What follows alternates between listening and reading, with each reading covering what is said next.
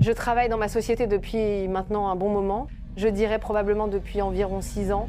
Grâce au temps que j'y ai passé, j'ai une certaine ancienneté par rapport aux autres employés, sans parler du fait que j'ai beaucoup plus de formation et de qualification qu'eux. La société a récemment décroché un nouveau contrat pour un grand bâtiment gouvernemental. L'endroit où il se trouve est plutôt étrange pour accueillir des bureaux du gouvernement. Je ne vais pas donner l'adresse exacte, mais pour que tu visualises, ce bâtiment est littéralement au milieu de nulle part. C'est un immense bâtiment de 6 étages entouré d'un énorme parking. Le parking est lui-même clôturé par une barrière métallique d'environ 3 mètres de haut, surmontée de barbelés. Il n'y a qu'une seule entrée et une seule sortie à l'avant donnant sur une petite route secondaire. Cette route secondaire est à environ 5 km de la route principale qui mène à l'autoroute. Tout autour de la clôture, il n'y a que des bois. Pas de maison, pas de bâtiment, pas le moindre signe de civilisation sur des kilomètres. Grâce à mon ancienneté, je peux choisir les jours et les horaires où je travaille. En général, je préfère les matinées ou soirées et j'ai mes vendredis et samedis de libre. Mais malheureusement, après quelques mois de travail dans ce nouveau site, on a commencé à avoir des problèmes pour garder du personnel sur le service de nuit. En journée, il y a environ 3 gardes tous les jours de la semaine, la nuit en semaine 2 gardes et le week-end du vendredi au dimanche, il n'y a qu'un seul garde. Je dois préciser, tous les gardes, peu importe l'horaire, sont armés. Mais voilà, comme on ne trouvait personne pour les nuits de week-end, mon superviseur m'a demandé de donner un coup de main le temps de recruter. Il m'a proposé des heures supplémentaires. J'aurais pu dire non et avec le recul, j'aurais peut-être dû, mais à l'époque, j'avais besoin d'argent car je préparais un déménagement, alors j'ai accepté. Les 2 premiers week-ends se sont passés sans problème, mais ce qui s'est produit lors du 3e m'a fait regretter ma décision. C'était un samedi vers 2 h du matin, il y avait un violent orage dehors, j'étais dans la salle de contrôle au dernier étage, là où sont les caméras. La pièce donne sur l'arrière du parking et 3 grands écrans montrent les flux CCTV du bâtiment et du parking.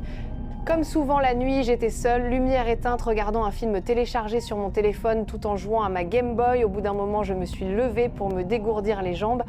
En passant devant la fenêtre, j'ai écarté les stores pour jeter un œil dehors. La pluie et le vent balayaient tout et soudain, un éclair illumina les bois. À ce moment-là, j'ai vu une silhouette courir d'un arbre à un autre, à environ 6 mètres de la clôture. J'ai attendu un autre éclair pour être sûre, mais je n'ai rien revu. J'ai pensé que mes yeux me jouaient des tours à cause de la fatigue. J'ai donc décidé de descendre chercher une boisson énergisante au distributeur. Quand je suis revenue 5 minutes plus tard, j'ai vu que le flux vidéo d'une caméra était coupé, celle qui donnait justement sur l'arrière du parking. Je me suis approchée de la fenêtre et j'ai vu la caméra qui pendait au bout de ses câbles arrachés de son poteau. J'ai supposé que c'était à cause du vent. Mais quelques minutes après, une alarme retentit. Quelqu'un venait d'entrer un code sur un clavier pour accéder par la porte arrière du bâtiment et le système a affiché un feu vert. À ce moment précis, un frisson m'a traversé. Ce n'était pas un collègue, nous aurions reçu un mémo. C'était pas non plus un autre garde, j'aurais été prévenue, quelqu'un de l'extérieur venait d'entrer. J'ai voulu appeler la police depuis le téléphone du bureau, mais la ligne était coupée.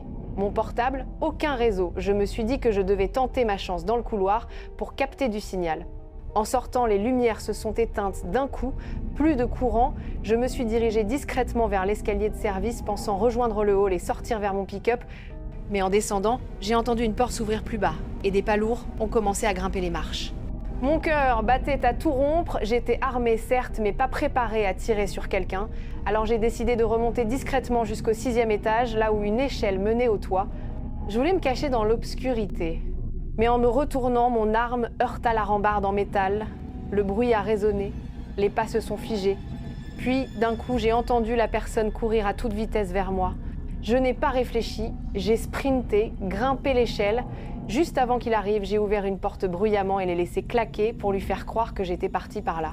Et ça a marché, il a foncé dans le couloir.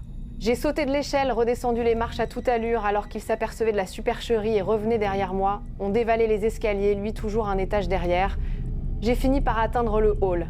Et là, miracle. Un bruit de chute, un cri de douleur, il avait trébuché. Je n'ai pas attendu. J'ai foncé vers la porte, déverrouillé, couru sous la pluie jusqu'à mon pick-up, démarré et quitté les lieux en trombe. Dans mon rétroviseur, je l'ai aperçu sortir du bâtiment vêtu de noir, capuche et masque sur le visage, courant vers moi, mais j'étais déjà loin. Une fois arrivé près de la route principale, j'ai enfin eu du réseau, j'ai appelé la police. Ils sont arrivés environ 15 minutes plus tard, nous avons fouillé tout le bâtiment, rien. Mais dans l'escalier, ils ont retrouvé quelque chose qu'il avait laissé tomber. Une arme semi-automatique chargée, non enregistrée. Personne ne sait encore pourquoi il s'est introduit dans ce bâtiment gouvernemental perdu au milieu de nulle part. Mais ce soir-là, je sais une chose, j'ai eu de la chance.